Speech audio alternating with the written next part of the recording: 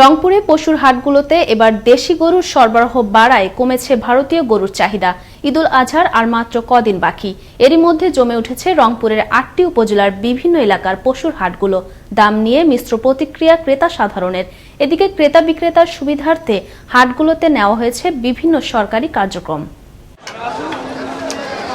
রংপুরের সবচেয়ে বড় বেদগাড়ি পশুর হাট সহ বিভিন্ন হাট বাজারে চলছে শেষ মুহূর্তের বেচাকেনা। একই অবস্থা নগরীর বুড়িহাট সহ ৮ উপজেলার বিভিন্ন পশুর হাটগুলোতেও। দিন যত ঘনিয়ে আসছে বাড়ছে ক্রেতাদের ভিড়ও। ভারতীয় গরুর চেয়ে বাজারে দেশীয় গরুর সংখ্যাই বেশি। তবে সরবরাহ প্রচুর থাকলেও দাম নিয়ে মিশ্র প্রতিক্রিয়া ক্রেতাদের মাঝে, বলছেন গরু কিনতে আসা ক্রেতারা। দালালের হাতে গরু, গৃহস্থর হাতে কিন্তু গরু নাই, বুঝছেন? দাম বেশি চাইলে তো বিক্রি হবে না। এখন বাজার গতবারের চেয়ে একটু বেশি আছে। এখন দেখি আসলাম তো, গরুর আমদানি অনেক আছে, মোটামুটি ৭৫ গরু আছে। গরুর দাম বেশি মনে হচ্ছে।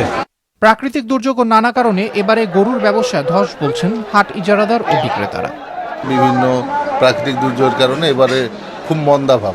টোটালে পাড়ি আসে না, যাই দুই একটা পাড়ি আসে, মনে করেন গরুর রেট পেতেছে কম, আমাদের কোনো বেচাই নাই বাজারে।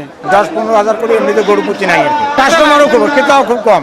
পাড়ি নাই, হ্যাঁ পাড়ি আসে নাই, কাজ দেবো গরু। তবে ক্রেতা বিক্রেতার সুবিধার্থে হাটগুলোতে নেওয়া হয়েছে সরকারের বিভিন্ন কার্যক্রম, বলছেন এই কর্মকর্তারা।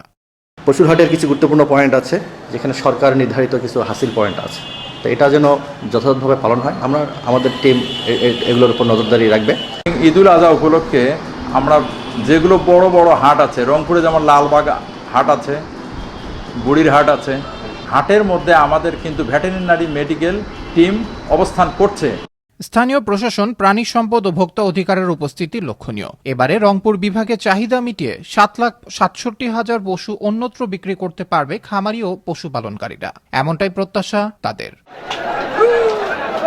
আবরার আহমেদ মাহি, আনন্দ টিভি, ন্যাশনাল ডেস্ক।